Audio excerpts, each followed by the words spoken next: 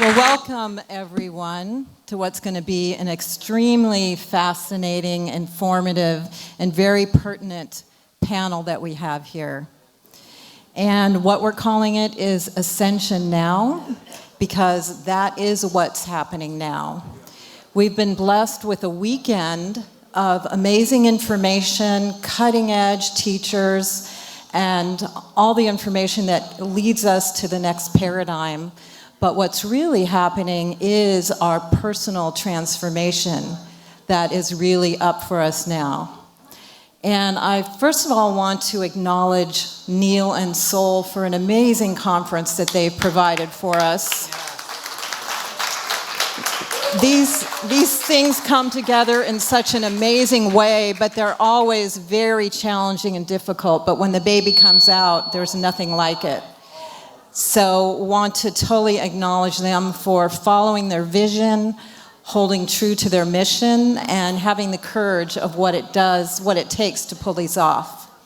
I know I produced the Harmony Festival for 33 years in Northern California, which was a major music, arts, and consciousness festival for 33 years. And that drew 30,000 people at the end. So I know what it takes to bring people together, and I know the power of it, because all of you have been up-leveled tremendously today and also connected with your soul tribe, those people who understand what it's like to live at the cutting edge of this new paradigm coming in right now. And that's what this panel is going to be about now with my amazing panelists who are all teachers, leaders, and have been on the front lines for a long time and have had personal experiences around the Ascension phenomenon. So I really am happy to welcome them. And we all know there's a major shift going on right now, or we wouldn't be here. That's why we're here. And we're, like I said, on the front lines of consciousness and of doing what we came here to do to facilitate this shift. And of course, you can see it in the outer world as things are quickening, as certain hidden information and the dysfunction is coming up to the surface to be dealt with. Also things like with the Me Too movement, with the feminine coming up and rising up, and now having justice for them. So all that's an example of these major shifts that are going on the outside. But I think you're also here now because as above, so below, there is an internal shift happening. It's all connected.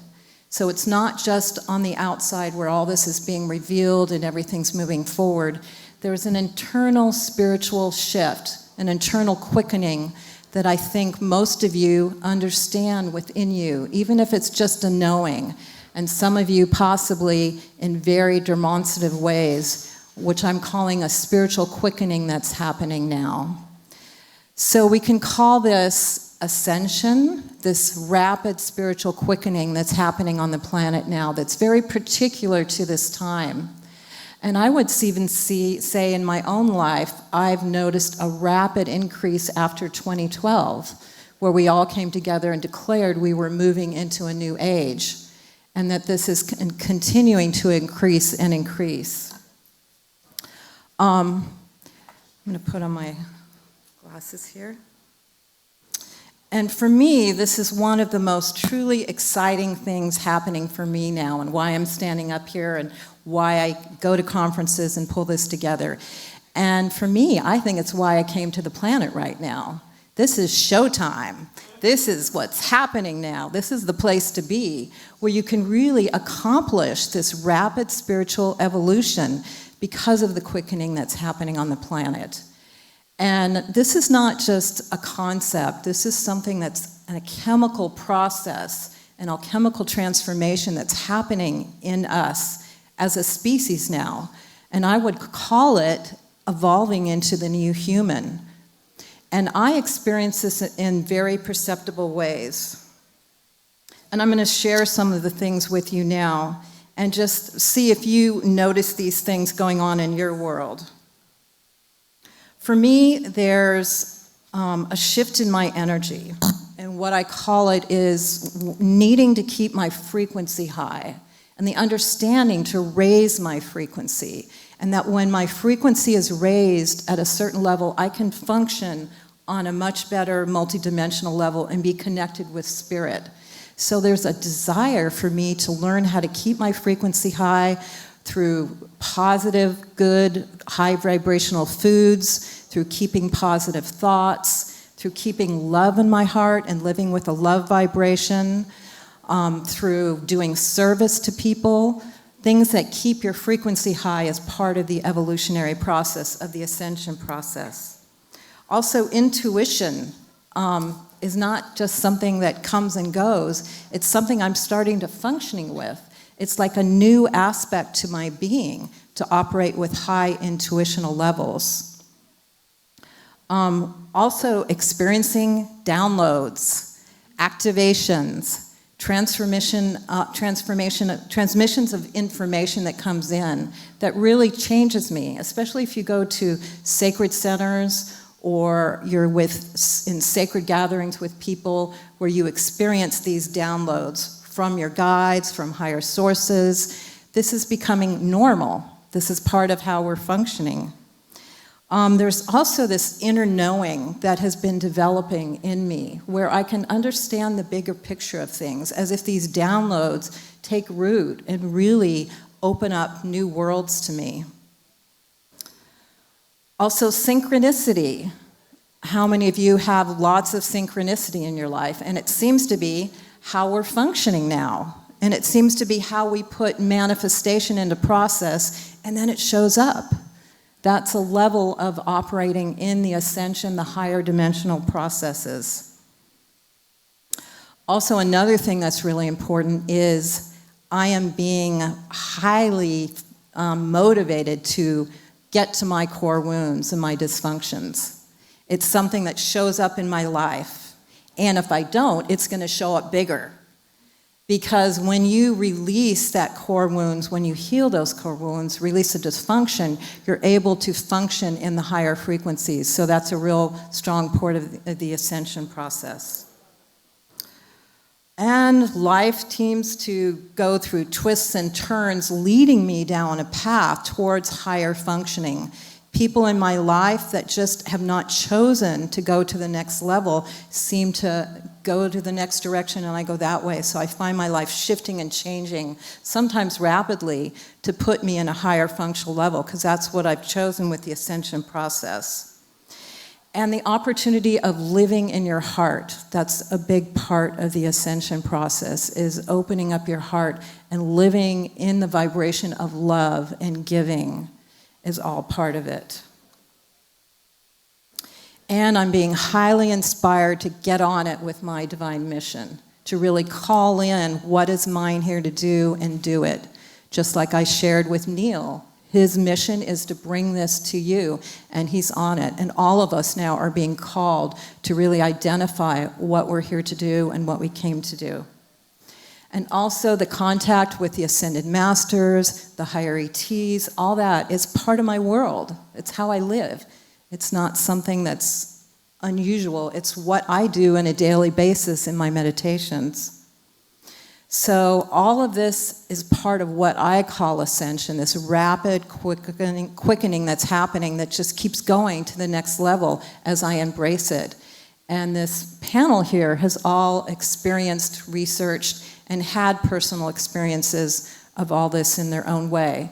So we're going to get to talk to them now on all the aspects of ascension and see what's going to come up through that. And at the end, ascension is not just having information of what it's about put into your head.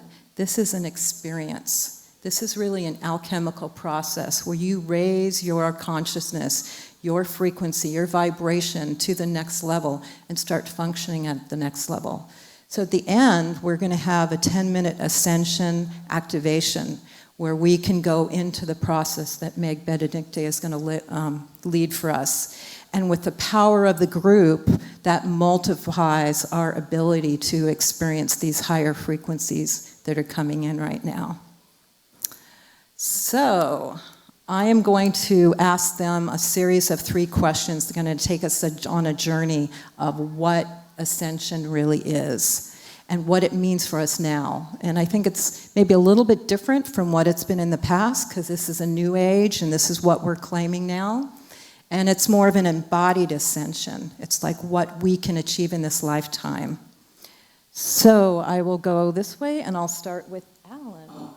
Hi. I love what you said. That really puts everything in perspective, and I Thank you. Yes. Yes. Thank you so much. Like I said, I'm passionate about it. Yeah. And live in it, and I'm sure a lot of you are too. So Alan's an amazing light worker who's been on the path forever. And he's got the best job in the world of interviewing the high-frequency people constantly. So he gets to hear all about it all day. That's what he does. He's got one of the best jobs in the world. And he's been on the ascension path in his own way for a long, long time. So what I'm going to be asking all the panelists now is their definition of ascension or their experience of ascension, especially on a personal level. What qualifies them to be up here and speak their hearts to you about it now, and what is it? And you'll see, just like the blind man and the elephant, you'll see different aspects of it, because it's a big topic, and we're all looking at it from all our different perspectives. So Alan, what can you share with us about the topic of ascension? Well, the first I've heard of it was in 1981, around that time, where I met a teacher who said that he ascended, it was a channeled being, and I said, what's that? And they said, well, you don't have to die in this lifetime. You could raise the frequency of your physical embodiment and turn it into light. And then I did some research and realized that there was a biophotonic element in each cell. Your cell can emit light, and it's not a new thing. The Tibetans talk about the rainbow body, the Egyptians talk about the Ba and the Ka, and then I was reading Carlos Castaneda's work, and he talks about burning from a fire from within. He didn't do it because he wasn't impeccable, but his teacher, Don Juan, did that. And then when I was at a gathering of some of these Castaneda people, particularly ones that were direct lineage from Don Juan, there was a woman named Carol Tiggs there who had met what was called the Death Defier, who had gone beyond into those realms, and sort of like she brought through that energy and gave me a look with that understanding with the left side of her head, with the left eye, and I kind of got that encoded. And I was telling someone about that experience when I got back to New York, and I was saying, well, yeah, I met this woman from the Castaneda lineage, and she was looking at me, and then at that moment, my body felt like it started to defragment. It was like breaking apart from the feet up, and so was the person sitting next to me. We both started to decompose, I guess, or just separate into light, and I wasn't ready for it. I was like, oh my God. And then I just stopped it, because now, of course, I wish I didn't, but, you know, we were going there. We were going into that next dimensional frequency, and now I'm ready for it. But at the time, it's just like, whoa. So you get these tastes of this ascension frequency, and it's coming to the planet for many reasons: the increase of the Earth vibration, the energy from the center of the galaxy, our own human resonance as we complete this cycle of the human drama. That's why all this stuff is coming up in politics and our personal lives, so we can complete this cycle of reincarnation and then take it with us. This is what I feel ascension is. You take the wisdom of all your earth lifetimes into the next dimension. You become the bodhisattva, but you have to have the experience of those feelings of the highs and the lows so you can own it all. And when you own it all, there's a automatic switch within the cellular structure that just starts to vibrate the body at a faster rate of frequency, and your consciousness opens, your chakras spin, and you're out of here. That's what I feel ascension is. It's the ability to own the human experience and take it all into the next realm, whatever that would be. So it's a very exciting process. Don't stop it as it starts to happen. I won't. And, you know, this is our destiny.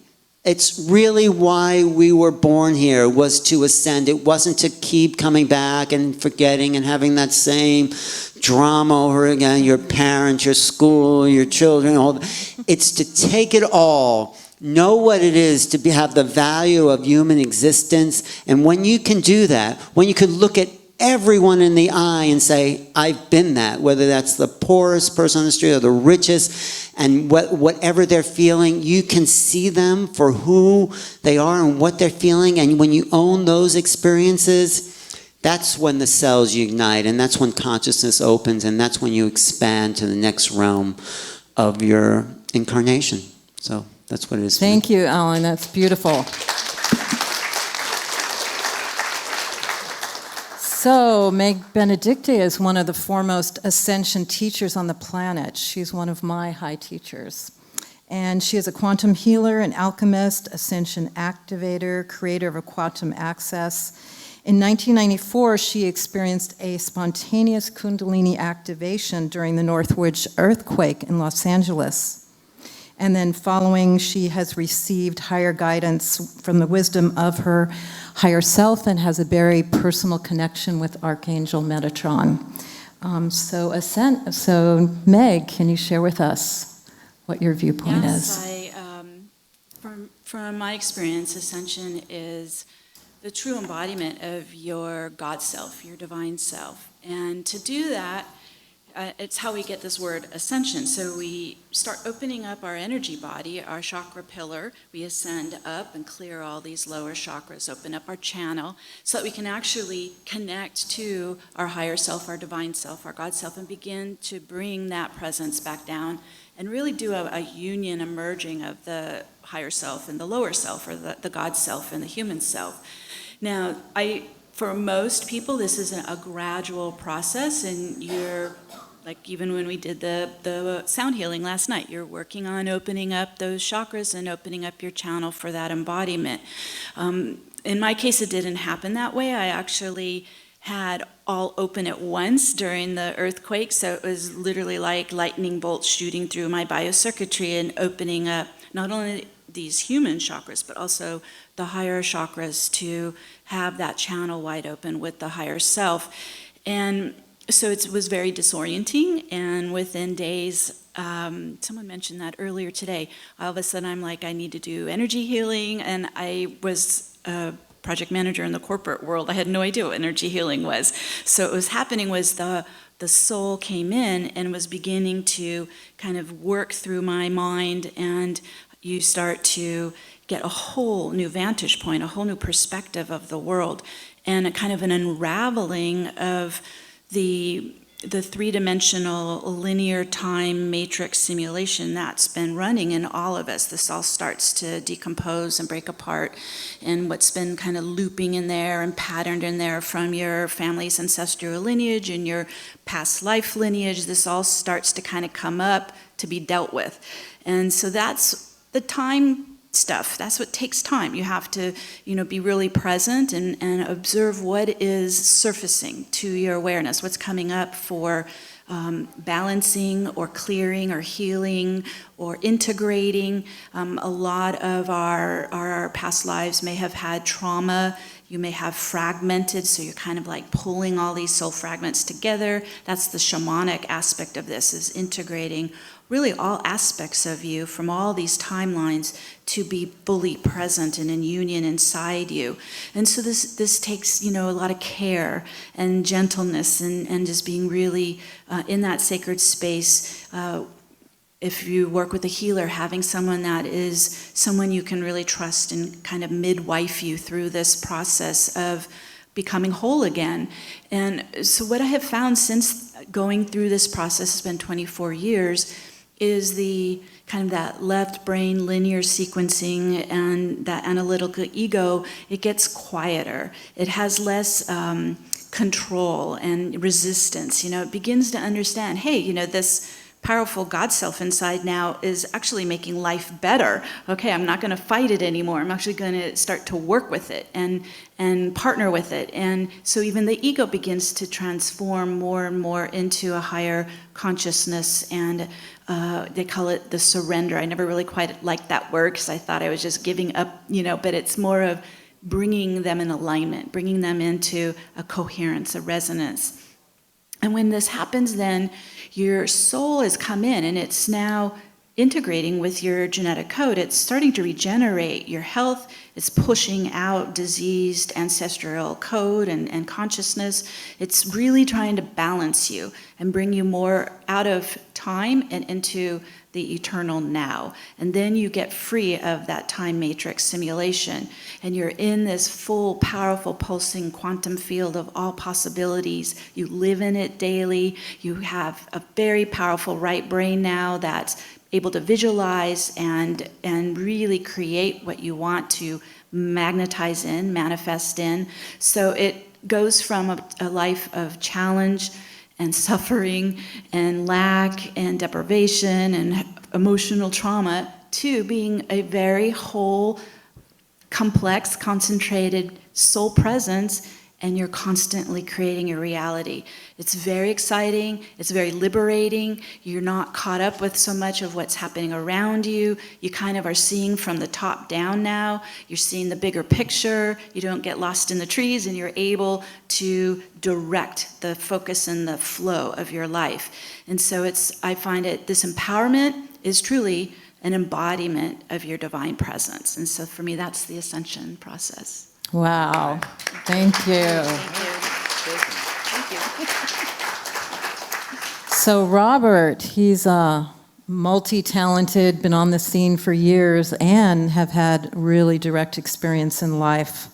He is an internationally acclaimed author of the Divine Blueprint Roadmap for the New Millennium and the Divine Architect. And he has had his own personal experience with the higher galactics, and that has catapulted him into a lot of knowledge and spiritual evolution. And so he's going to share his personal experience about what he sees Ascension is. Well, the first thing that I found out about Ascension, and I honestly didn't plan to be in this business, the first thing I found out about Ascension was my death was postponed. My death was postponed. I always thought that I was going to die like everyone else, and then later on, through an encounter, I had a direct encounter when I was very young, 22. It launched me on a path of, how could this have happened? Just very briefly, I was in the Nevada mountains, and some of you know my story. I was taken aboard a spacecraft in the middle of the night by what looked like 3 8.5-foot tall astronauts, and I went through a tunnel of light that was, I would love to tell you, that it was beautiful, and the light, it touched me, and that's actually not this story. This story is actually very painful. And I was taken into a room. I didn't meet anybody there. There were no living entities. And when I was brought back, I'm shortening the story. When I was brought back, I was lowered into in this blue cocoon I was in, and suddenly lowered onto the bed, and then I was covered in like a honey or an oil-like substance, and I was sunburned from head to toe. Needless to say, I had locked myself in my apartment for the next 2 or 3 weeks, and I never wanted to see anything like that ever again. Made my way to the first UFO conference of its kind in April of 1978. And then from there, it just began a long research of study, like how could anything like this happen once I realized that we actually had contact with extraterrestrials. And you have contact with all kinds of guides. You just don't see them, just out of the line of sight in what's called the fourth ether. And basically, the rishis and the renunciants have been saying this for a long time, that by Vedic astrology, the Earth is being birthed into a larger expression. And that is happening now more than ever before. In 1997, you could look at one aspect of the Earth and see that it actually, something very significant happened that year and in the next 3 years. And that was the birth of the internet. For the first time, the planet could talk to itself. We could talk to everyone in real time. It had never been done before. So it sped up the collective consciousness very, very quickly, did it not? And that added to new modalities, new understandings, new wisdoms. And suddenly we were on a freight train into wisdom. And because of that, people started getting the idea, ooh, maybe there's a purpose and a plan. There's actually a blueprint of some sort to this that is leading us to this larger expression. Now, in the meantime, while we're getting all this information very quickly, each and every one of us is surrounded by guides. I know we've heard the guide story, and I'd love to tell you all about it, but for the sake of a short snippet that we have here, not all your thoughts are even your own. A lot of times your thoughts are even shared. You're already having contact. In fact, you're surrounded. In fact, they're so close that not all your thoughts are your own. So you might say you think a thought, and then for some of you, like a female is thinking a thought, perhaps Tricia right here is thinking a thought. It would be very disconcerting if suddenly a man's voice popped in and said, "Excuse me, Tricia, can I answer that question?" You'd be like, "What?" No, it makes it very disconcerting. So it's subtle. They talk to you in your own mind's voice, and this is called inspiration. It was James Van Praagh calls the divine inspiration, right? And so this happens all day long. You're being sort of pushed and moved forward in conferences like this, and thanks, Deb, for moderating this and giving us an opportunity and the platform, and certainly Neil Gar, deserves attention thanks to this. The main thing is that, something brought you here. You're not here by happenstance. You see, we could have been going to an Amway meeting. One of those, or a 12-step meeting. Hi, my name's Robert Perala, and I'm a I didn't expect to say that. That part I didn't expect to say, a little more exciting than the addicted part. But in closing, you're here by divine appointment, and we're here as the way showers, the transition teams, the one who makes the difference. And that's why, because of this is not just your average little conference. This is very important that you heed this and take this out and kind of spread the word. And of course, we have the mediums to do that. And I just want to end by saying that I try to be thankful every day for everything we have. I know we're going through a tremendously difficult time. We've been questioning about what's in charge, what's leading us, and how it's leading us. But all this is happening for a really good reason. It's bringing up maybe the shadow part of our experience, which happens in a multitude of forms. But yes, you are being birthed into a larger expression. And so give thanks, have a little faith, talk to your guides. They'd love to hear from you. And that's my message today. Yeah. Thank you, Robert.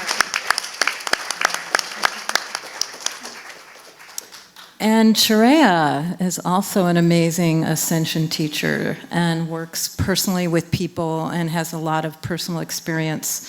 She has more than 30 years experience in the multidimensional spiritual healer. And she's an author, coach, wisdom keeper who shares the codes of union for the age awakening through her books, energetic healing experiences, coaching, weekly divine love wisdom transmissions. She's a wealth of information, and I don't think it's going to stop. She's got a lot more to share in the future. And so, Chireya, thank you share so with much. us. Thank you. And so what Source Consciousness and the guides and the lineages of light want to say to us now is Ascension is an inside job. Ascension is an inside job. Ascension is an inside job. And so as we feel these words, why not take a deep breath with us right now? Letting that beautiful mind seeking data rest a moment in the heart. Let go of straining to try to comprehend bits of information and open more and more to the experience of what is happening in your body-mind-spirit complex as we are hearing about, feeling, and tuning into these things together. Ascension is an inside job. The guides, your high self can't walk up the stairs for you. But if you choose to ask for assistance in this process, then they will reach out their hand and help you walk up the stairs. And while ascension is an inside job, it is also true that as you take one step forward, the divine takes 10 steps forward towards you. There have been many situations on this particular planet, which some of the people over the weekend have been speaking of to a certain degree. But the ascension process in this cycle has been a little bit unusual because of the different types of beings that have come to this planetary sphere for their growth and evolution through a variety of turns of events which weren't expected, making this a really melting pot of surprises and opportunities for growth beyond our wildest dreams.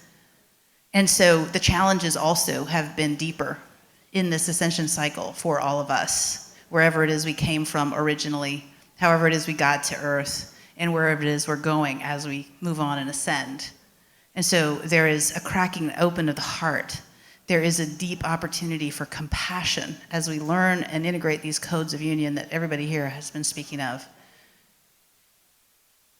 As we learn and remember that we are at one with the divine, that the divine in us is the creator of all, as we take responsibility for all that has occurred in our lives and on the planet even, and around us in our families and communities, we must also remember to take up the mantle of innocence, to take up that divine love and unconditional love for all that is as it is, and allow that heart to open and allow ourselves to grieve for the chaos that we co-created, knowingly or unknowingly, consciously or unconsciously. For this will help us to move into these higher octaves and to clear the junk from the trunk and the debris and detritus of the subconscious of the ages, which is what's needed to throw off the muddy old overcoats of the old paradigm and get naked to the truth of us. So that is what we're doing. We're awakening to the truth of us. We're awakening to the truth of us. And as some of us have been saying, when we put that bubble of light of our own choosing around us for harmony, divine love, prosperity, well-being, ease, grace, beauty, ecological restoration, being together on the most amazing planet you've ever experienced, all these things, when we get juicy and excited and put that into our field and that is what we choose, there is no one and no thing that can stop us from having that unless somehow, some way we let it in. Somehow, some way, knowingly or unknowingly, we let it in. And that is our job, to choose. So ascension is a choice, and I stand with you in choosing it and helping us to move into those beautiful waters of that next level. Thank you. Thank you. Beautiful. And Douglas Taylor is a multi-talented author, speaker, teacher, and artist. He's been gracing us with these beautiful art over to the right side of me there this whole weekend. He's also a contactee and was profoundly spiritually affected by his encounter with the advanced extraterrestrials. So, what is your viewpoint on the ascension process? Well, thank you very much. I really appreciate to be able to be here and to share a little bit of my own experiences, information that hopefully can be helpful. Because Ascension isn't a competition. Been very competitive all my life. Most people are. But this is a process where what does portal to Ascension even mean? If we look at what and who we are, we begin to recognize that this physical body that we're moving around this planet and having various experiences, traumatic in some cases, very positive in others, and yet we identify ourselves as a specific separate entity in space and time. So that's our ego. And yet, if we really break down, as science and technology has discovered nowadays, that we're made up of these tiny little solar systems of energy. So we can go from the organs down into the molecules, into the cells. Actually, the cells are made up of molecules. And then into the atoms. And as scientists continue to study the deeper and deeper portions of these subatomic particles, they are looking for that final particle that will give them the answer. And I keep thinking, I wonder if when they finally get down deep enough that they're going to find, they found the muons, they found all of these various other subatomic particles, and there will be like a little flag on one, and they'll look down and they'll see it and it'll say, moron. Because there is no final particle. Everything is connected to this infinite source. And what I understand as being able to raise my particular frequency, it's very similar in nature to the way that a radio or a television works. That each one of us is a living, breathing transceiver. And that we are going through our life receiving and transmitting, and it just depends on what channel we tune our consciousness to as to what we're going to receive. Now, I have had some strong experiences, but I don't want to be up here projecting out my ego by saying I'm this or that. I mean, I'm basically a know-nothing, grain of sand on a huge, massive beach out in the middle of nowhere. And I've understood so many times that my ego has just gotten so out of control. And what I mean by ego is a misconception of who I am. It's like this idea that I'm really something greater than what I am. I mean, not that we're all a divine part of this universal force, but we can get a misconstrued concept of that so that it creates these blocks. And that's what I had. I had these tremendous blocks. And in this lifetime, I began to discover ways of removing them. It's not that difficult. Let me rephrase that. To find out how to do it is not that difficult. To do it is pretty difficult. Because what you're basically doing is you're restructuring your thought patterns so that they're aligned with a frequency that is now functioning on a much more rapid pace. So all of the information that you have accumulated over these literally hundreds and thousands or hundreds of thousands of lifetimes, these little bits of energy, of information are all in this psychic energy body, which we can't see. So that's what the scientists don't know. That's what they should be looking for. They should have already found it. But it is that inner heart of each one of us that connects us all together to this infinite source, kind of like the avatar tree, if you want to look at it in that regard.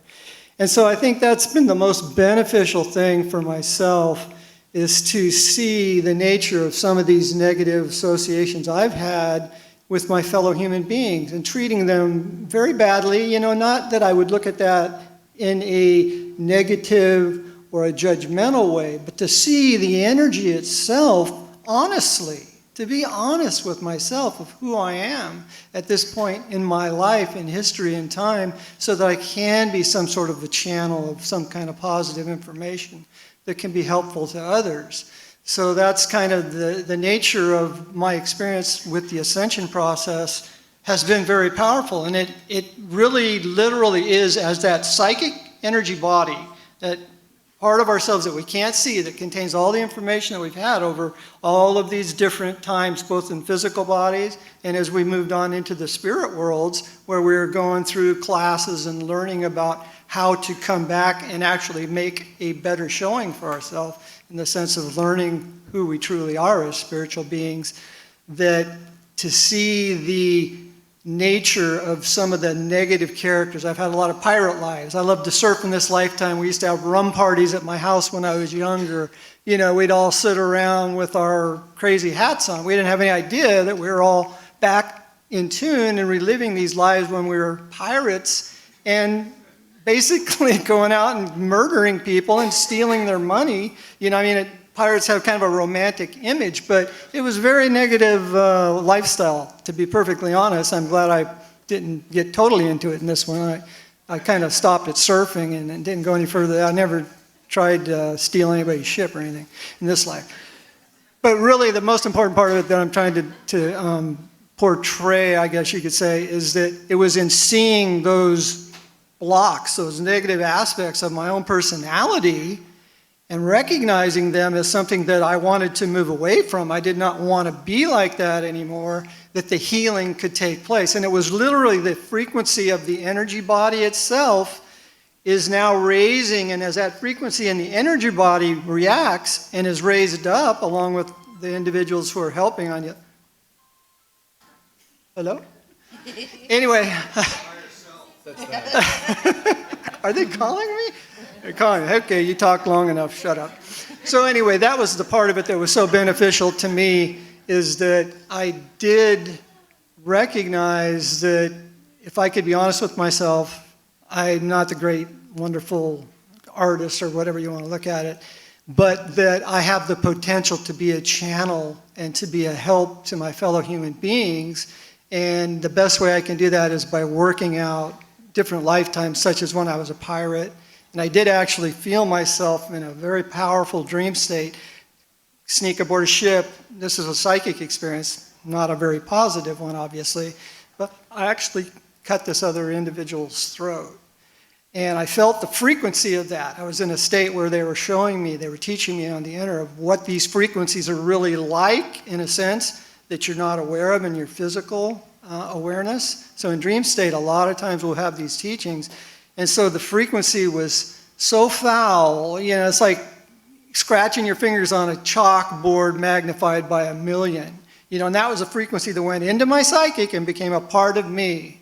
And so I have to go back, or I've had to go back and understand how it got there and to understand what I can do now to release myself from it. So can everybody say, Ascension? Ascension. It's not that easy. Is everybody still here? No. Thank you so much. Thank you. Thank you.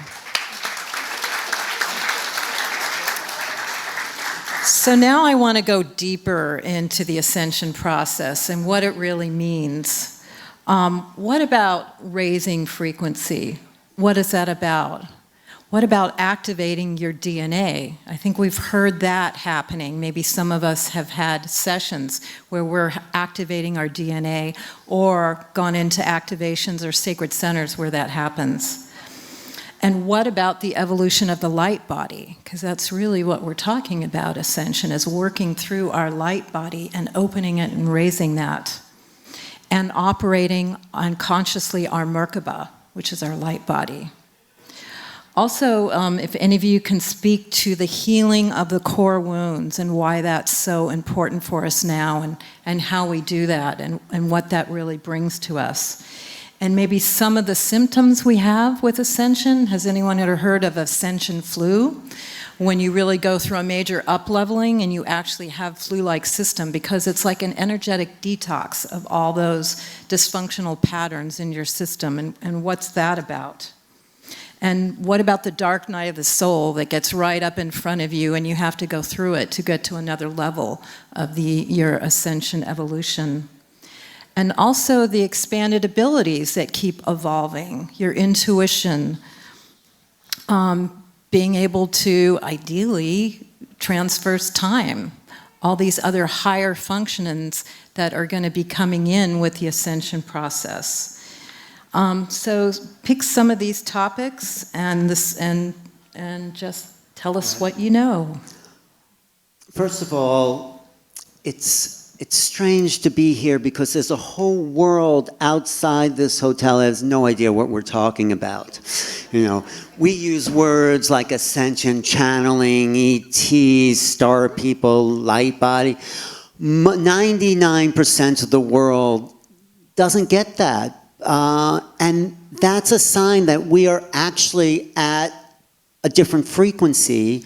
We get that world, but they don't get this world. So the vibration that we're holding of people in this room is an ascending frequency. We are ascending, and we are actually doing it for all those people out there, because when it reaches a collective critical mass, it's like, boom, oh yeah, that's what that was. And it just comes to him. And more people, if you listen to Ray Hernandez, 2012, he didn't believe any of this. And now he's out there devoting his life to this kind of understanding of the multidimensional realities we live in. So we are doing it.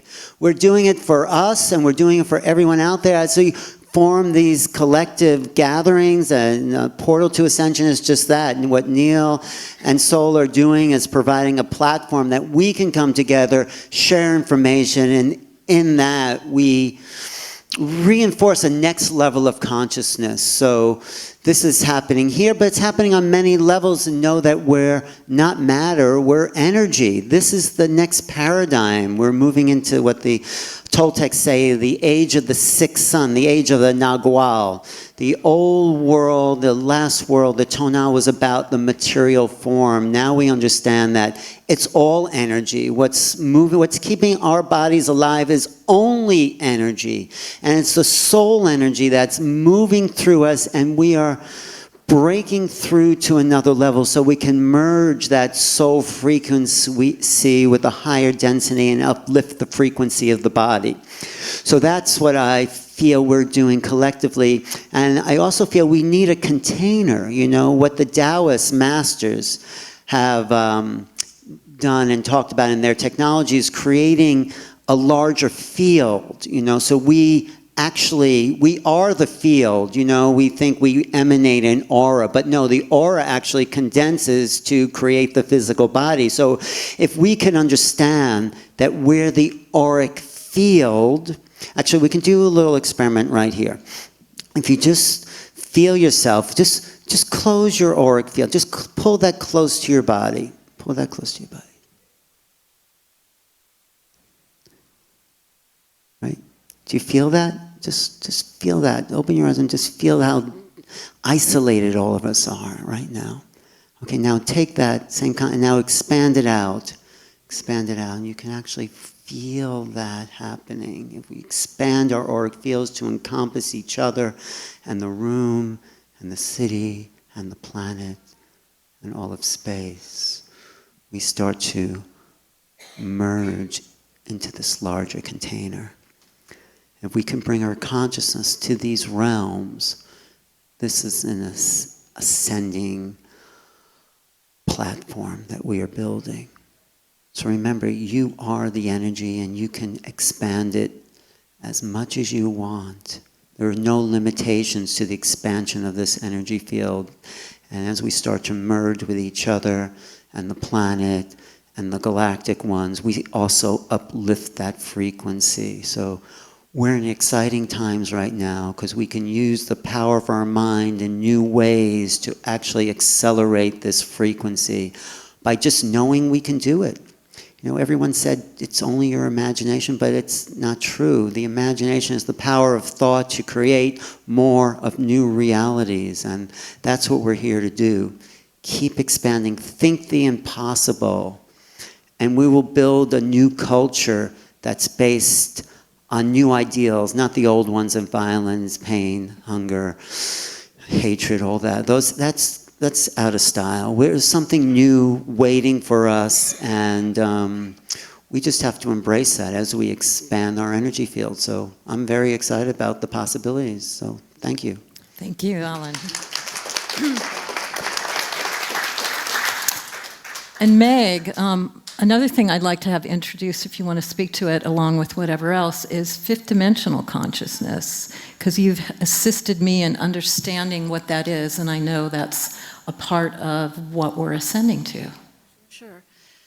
So to build on what you just said as well, Alan, is all through the weekend we've been talking about consciousness. And consciousness is carried from different parts of the universe through photon light.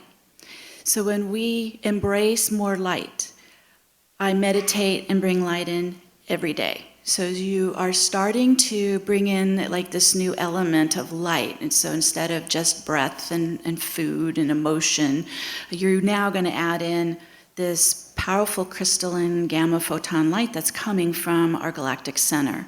And so all you have to do is just set your intention and breathe it in.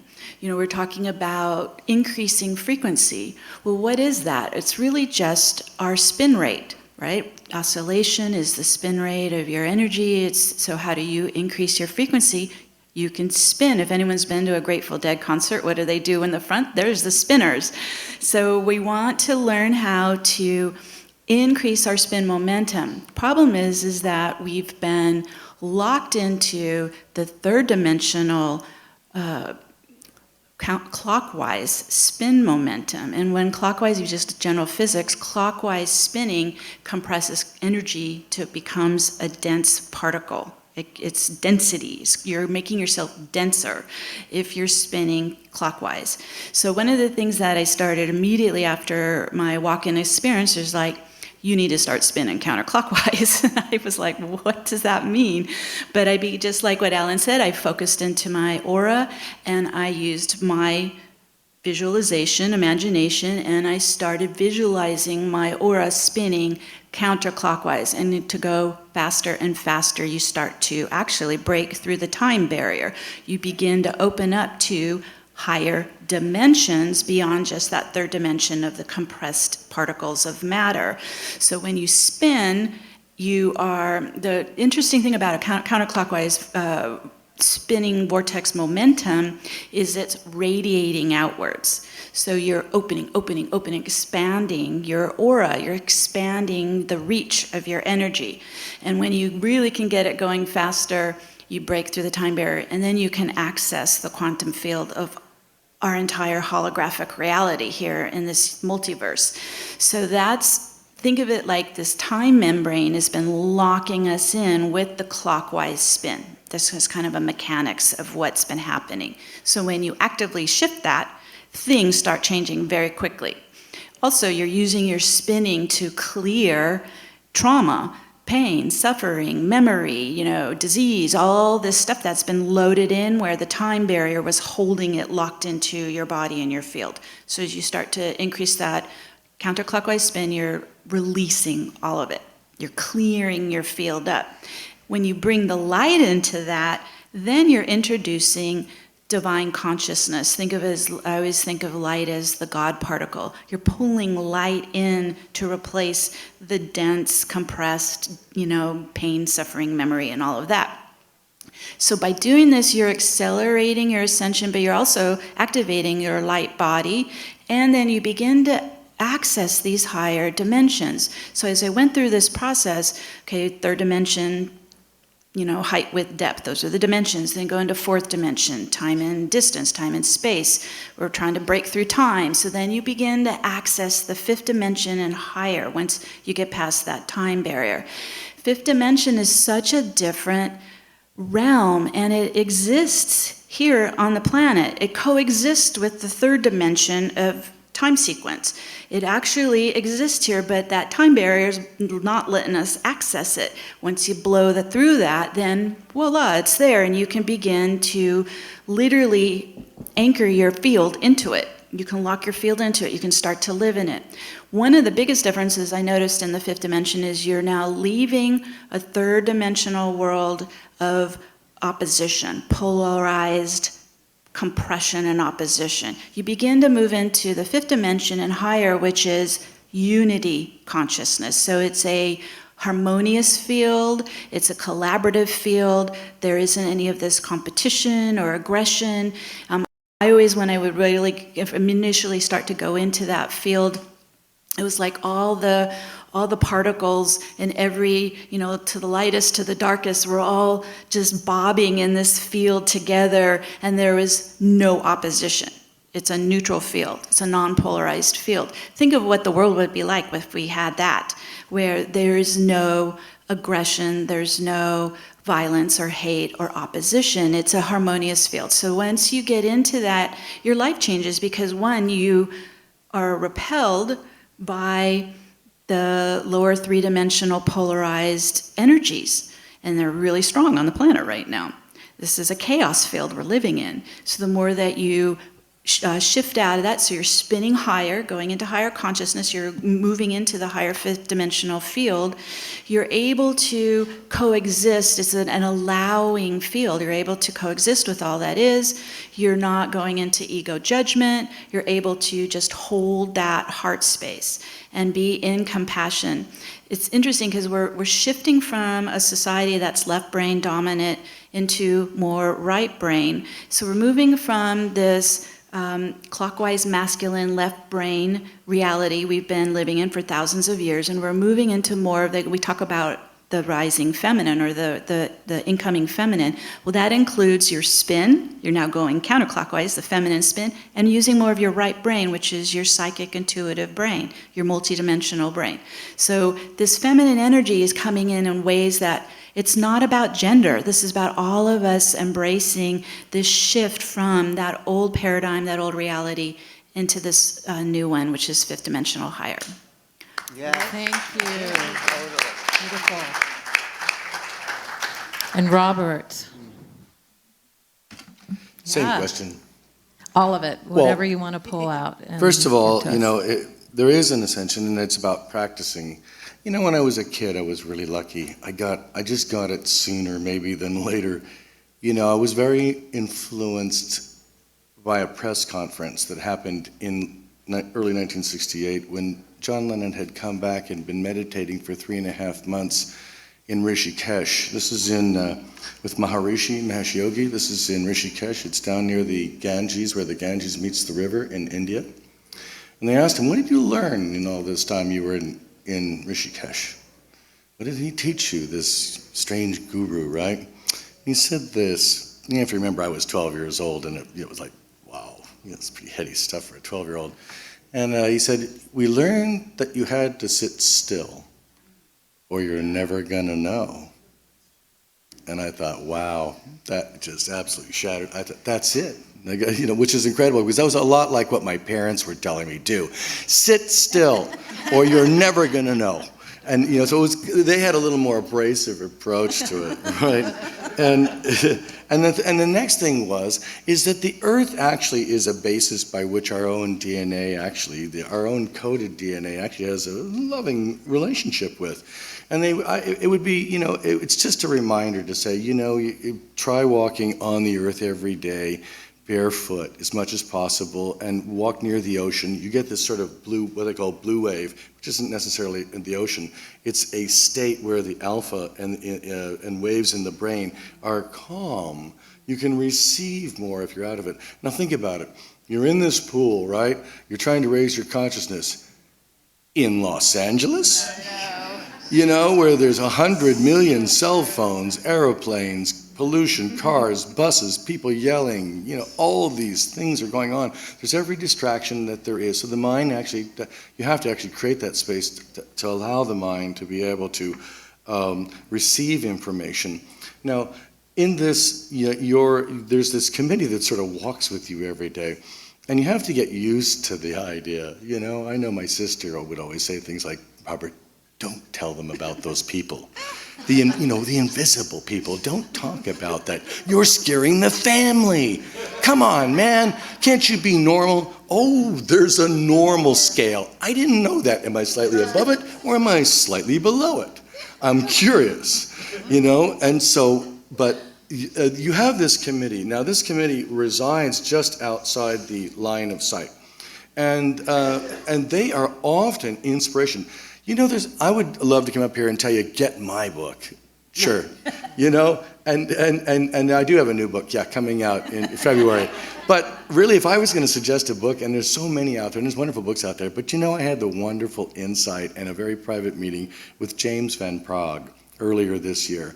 And he has a book I took home called Adventures of the Soul.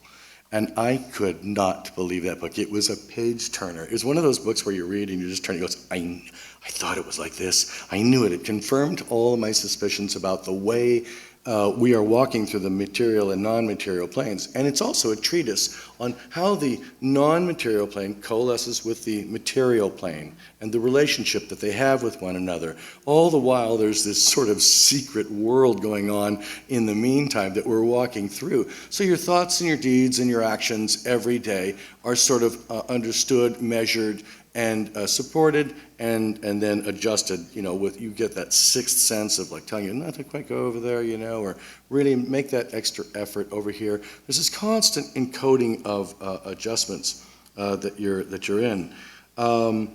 Now, can I tell you that one of the things that I learned about Ascension is that we are going around the sun, and we have a day, a week, a month, a year, and we have an aging process. And that is our world in the material plane. It is set up that way. In the next ether, when you have lost a parent, and trust me if I tell you, if you've lost a parent, you've lost a mother or a father, or you've lost, even worse yet, a child that has perhaps gone before you, you can absolutely trust me when I say, you will see them again. You'll see them again. They are living in the perpetual moment. And for them, time does not exist at all the same. And we actually reside on the other side. We're just sort of visiting the material plane as an adjunct to our studies. We take a sojourn into the material plane every once in a while to speed up this process of what we can learn about, and we come to learn to serve and to expand and to even perhaps be a teacher. And yes, many of us fall into all the trappings of the material plane. And I'll just close by saying,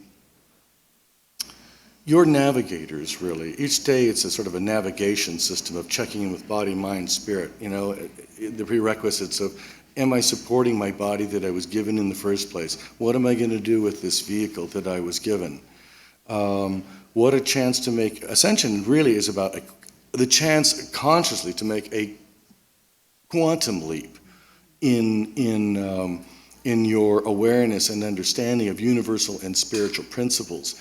And so it's really, really vital that we get all the information that's here and incorporate in itself, you know, because this is a personal growth school where your soul has been put on the fast track, and it is painful. And I know you might be looking around going, I couldn't possibly have had this karma and been sentenced with these people. There's been a mistake. But no, there's no mistake. You're here by divine appointment. It's absolutely perfect. Thank you. Thank you, Robert. And Chireya, I know you've had the opportunity to work with a lot of people on the Ascension process as well as Meg. So I look forward to hearing what you have to say about the personal Ascension process. Thank you. Thank you. I thought I would touch on the core wound, which is one of the things that you had mentioned. Yeah. And so there are many core wounds, but there's one ultimate core wound. Can anybody take a guess at what I might be indicating? Forgiveness. I'm not worthy of love. And that is a core wound, and I feel that core wound is an offspring of I am separate from the divine. Yeah, so the core wound of separation, the concept that we're out here all alone, the concept that makes us think. Then we start a thinking process. Why do I feel all alone? What happened? Where's God? Where's the divine? You know, why are my parents so weird?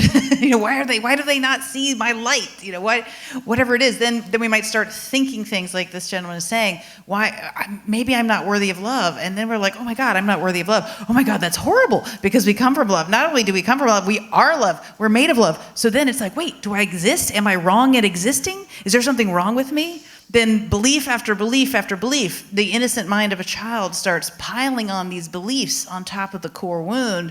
And all of a sudden, since thought and vibration go out and create reality, now we're manifesting experiences that show us that reality we chose unconsciously is real. And then trauma occurs, and then that proves it to us even more. This is what we call compounded momentum, and then we get in this looping thing. Now, when you're little, we're in what's called delta mode for a number of years. The brain waves are designed, the human being is designed to soak up the energy around them, the information around them, so that they can integrate onto the planet that they're at. Now, if you have a super healthy culture, you can see where that's going to be a great thing. It's a great thing to do. If you have a slightly dysfunctional culture, all of a sudden now this divine little being is making decisions about themselves based on falsehood and getting imprints that are not based on this truth of how wonderful they are, how perfect they are. You know, and with parents around them saying, what's your divine purpose? Who are you? We love you. We want to hear from you. You know, do you have a message for us because you just came here from the other side? Maybe you're fresher. Can you teach us? You know, that's not the typical way that things happen on the planet. So when we go back to unravel these core wounds, what we're really doing is dismantling thought forms and thought systems that have a frequency that go out and attract painful experiences to us. And as we get deeper and deeper into that ultimate core wound of the separation, now we're healing, now more of that light is coming into our body, more of the positive experiences can come in. But, you know, really let's breathe in a moment together here and just ask our own high selves, and on behalf of all our lineages, Creator, we are ready to heal. If you are, say yes. This core wound of any sense of separation from the divine. We have learned from our experiences of duality. We have garnered much knowledge and wisdom, and now as we heal up, we can keep the knowledge and wisdom, and yet we can ascend beyond having to loop back into those experiences. So it's like a divine harvest and a gift, and the fact that we're accessing that wound, or we have people in our lives triggering us, we might want to slap them or punch them or run away or scream, but eventually we will thank them because they've shown us where these core wounds are. And as we embrace them and we say all that is as it is because it is, and we unconditionally love that painful spot within us, magically it begins to dissolve and unfurl and unfold until it goes back into the nothingness from which it came. And then we come back to peace. And so this is a beautiful modality that has come through from several teachers and deep inner work with people over time. And I love doing that with people. I love teaching people how to do that because I want you guys to have the tools. I want us to have the tools for doing that.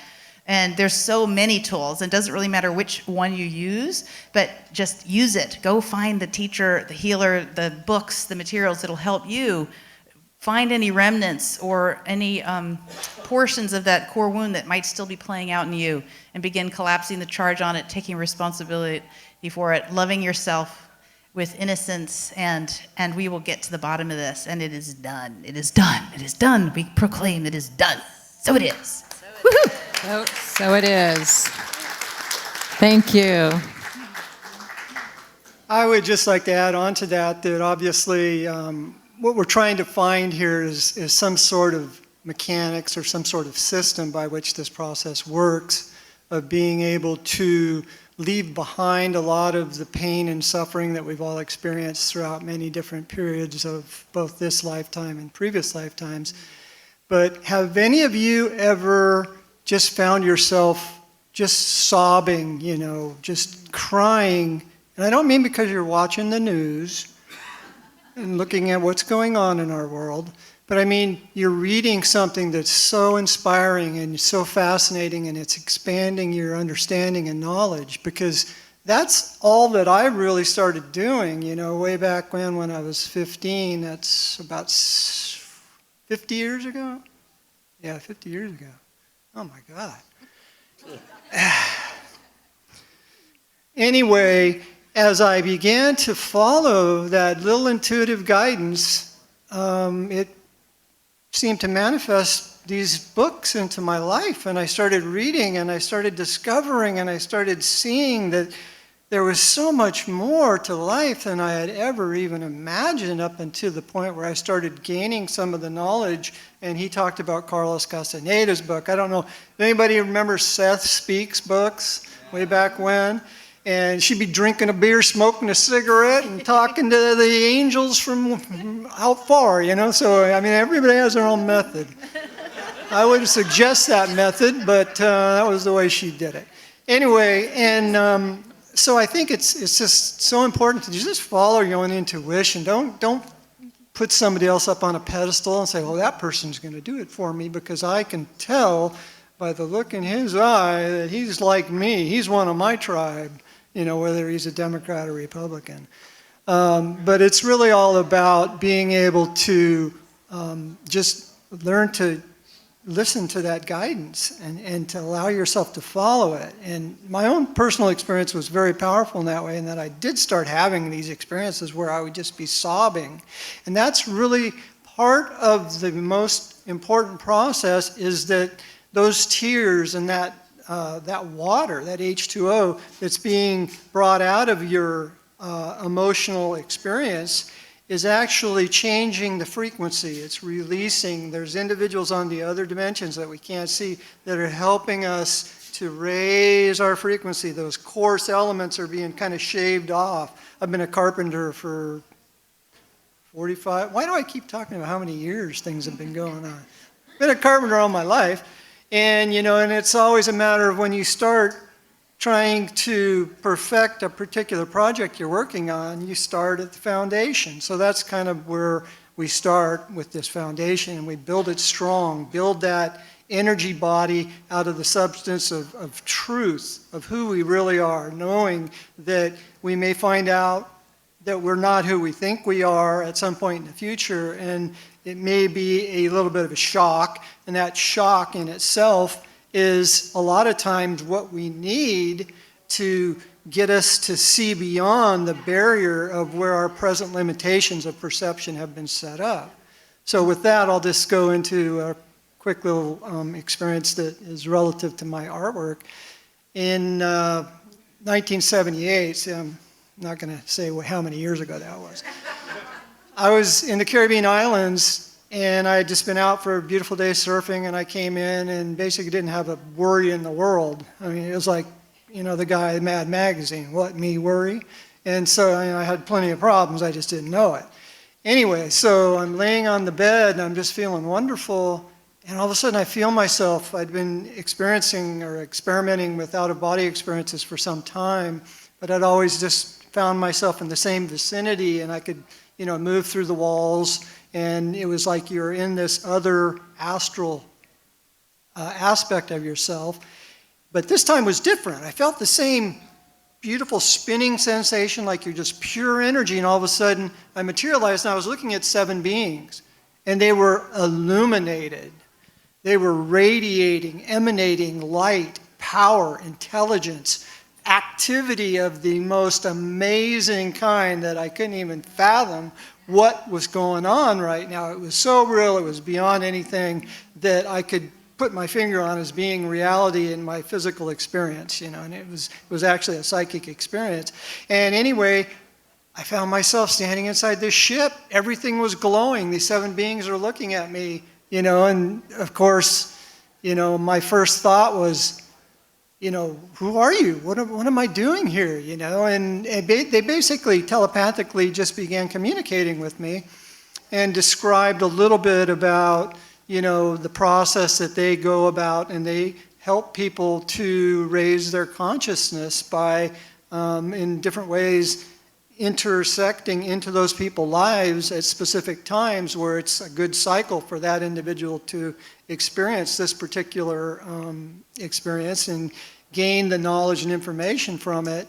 And so I found that the upliftment I felt is hard to describe. The joy I felt is hard to describe, but it was transitory. I came back, and then I found that I suddenly wanted to start putting imagery down of some of the things that were going through my consciousness. I think he was describing about imagination, and Einstein said, imagination is more important than knowledge. And so it was kind of that type of experience where when I connected and I started drawing out a spaceship and some waves, just things that I had never done in my entire life. I was 25. There you go. There are the years. And suddenly I felt that energy again when I was in the ship. It felt similar. It was just like this, wow, this is incredible. This is uplifting. You could probably be arrested for this.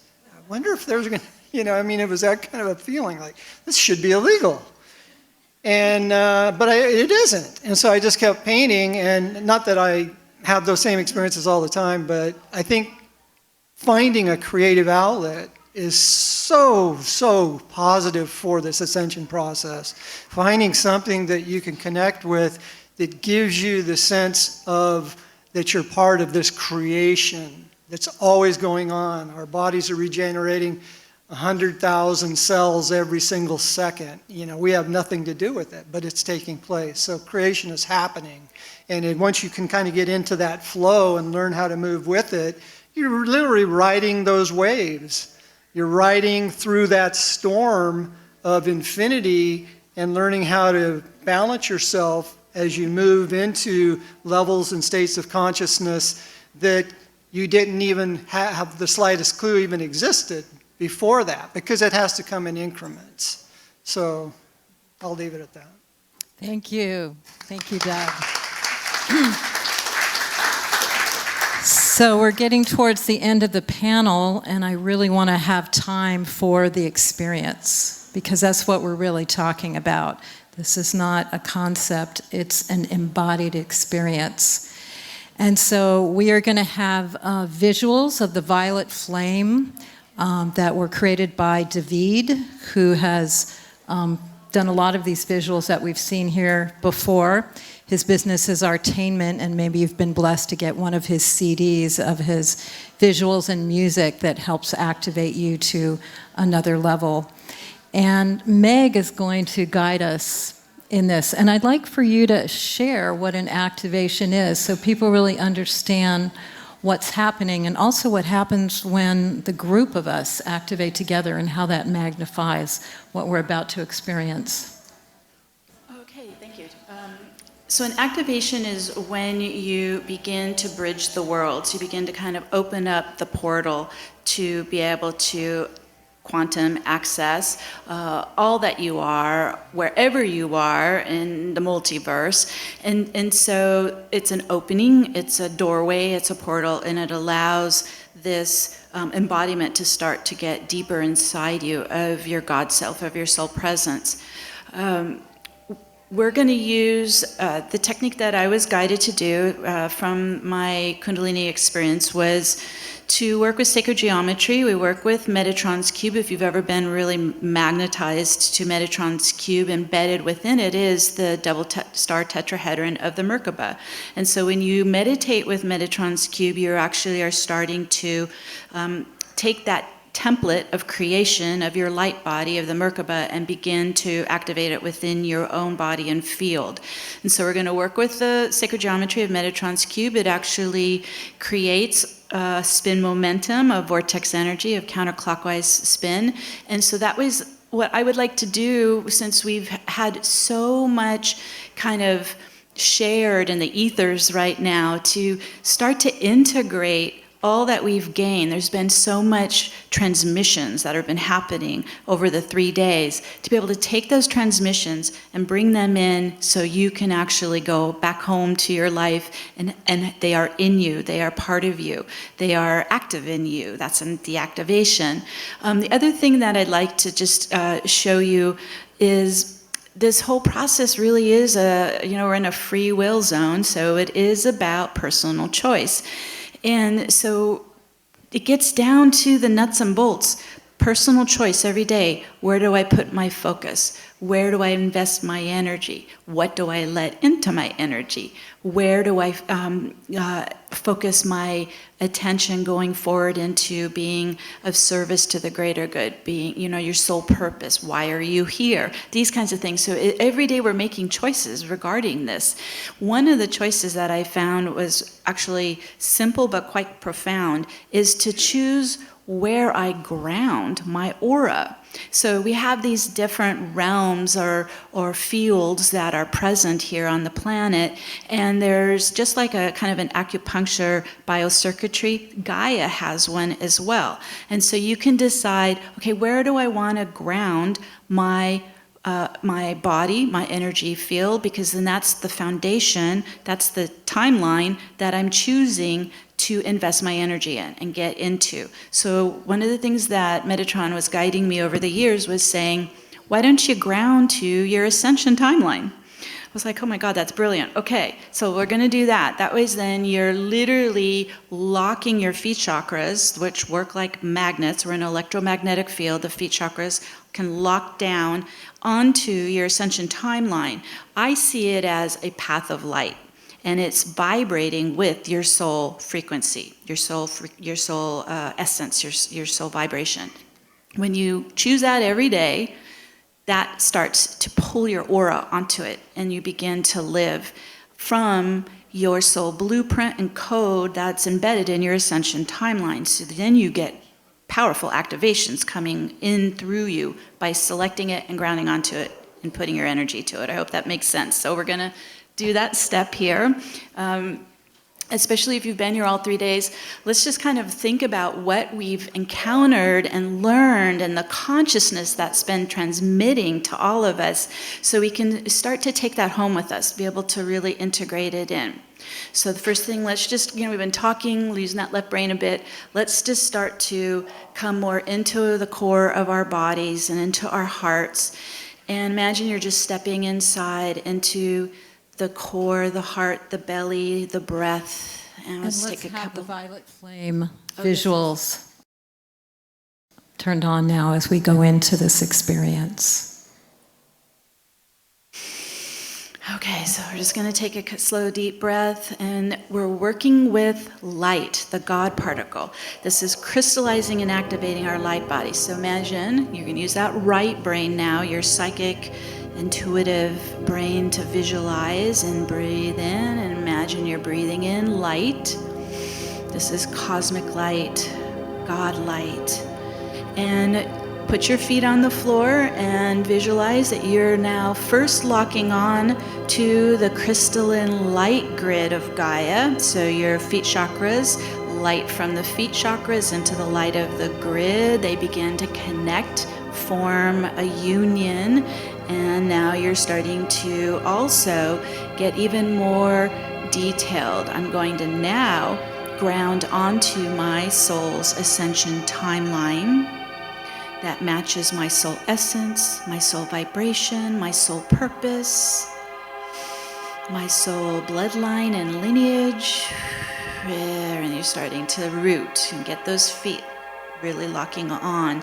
This begins to move the light now up the legs and into the body. We're beginning to create this flow up and down vertically, up and down the chakra channel, chakra pillar, up and down the biocircuits.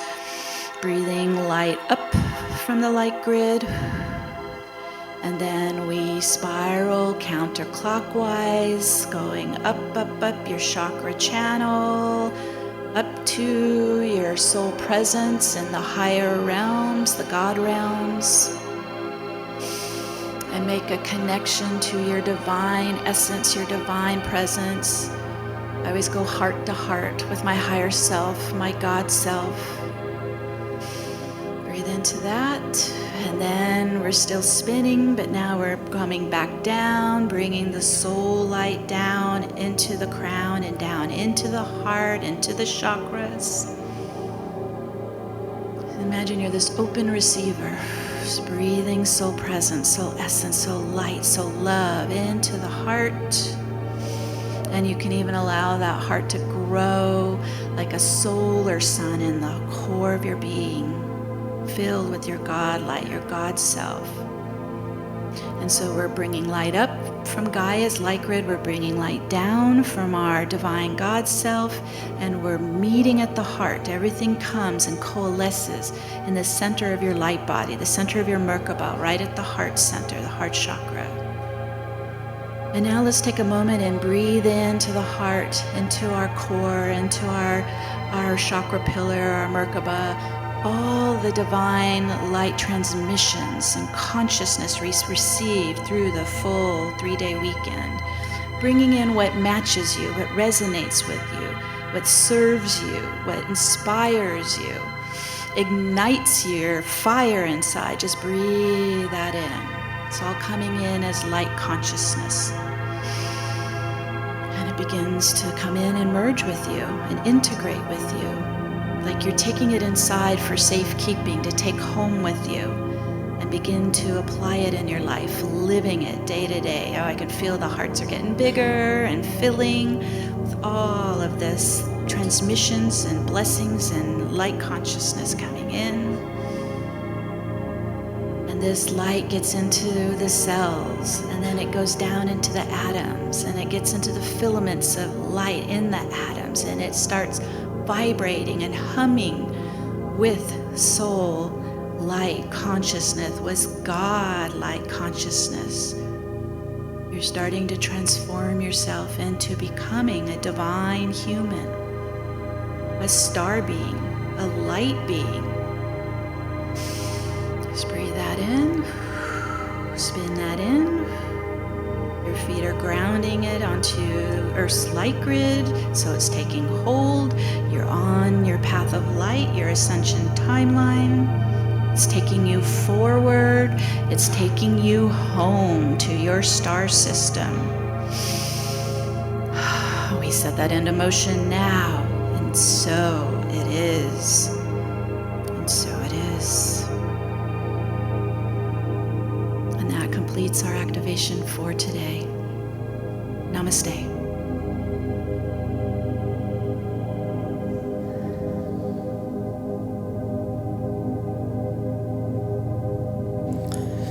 Thank you so much.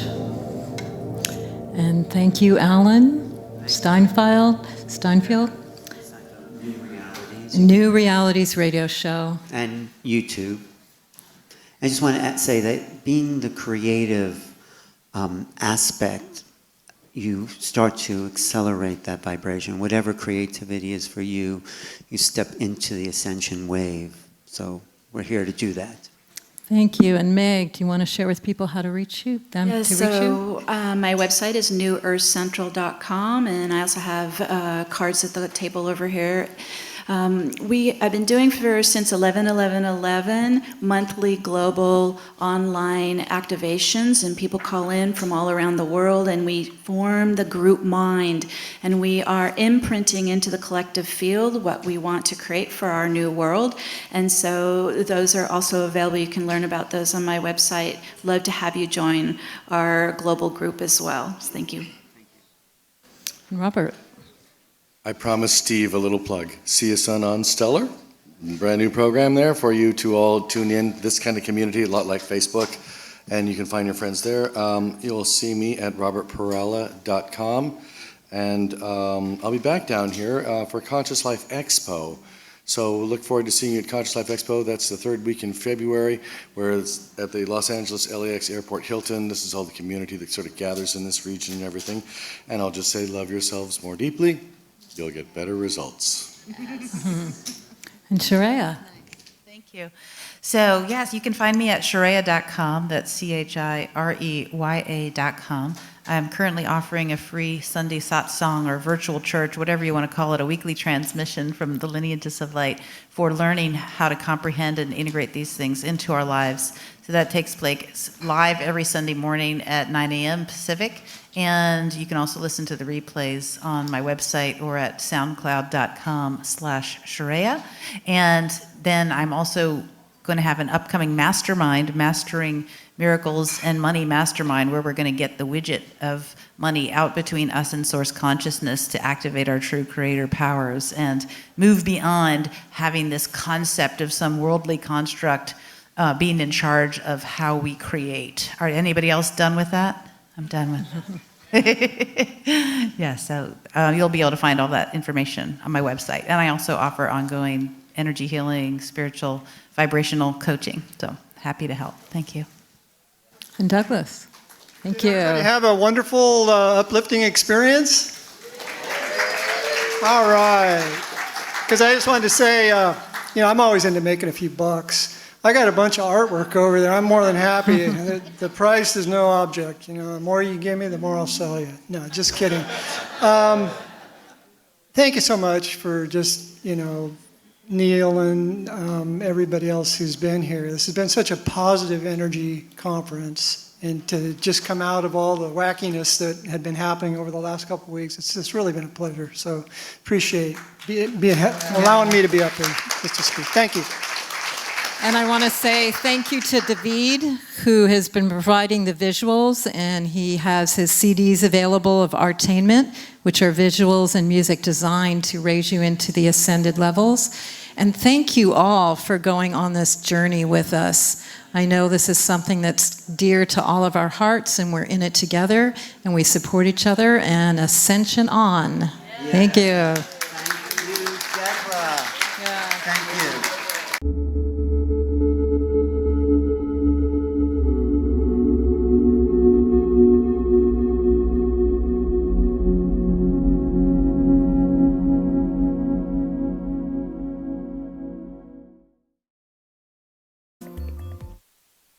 Hello, everybody. Welcome back.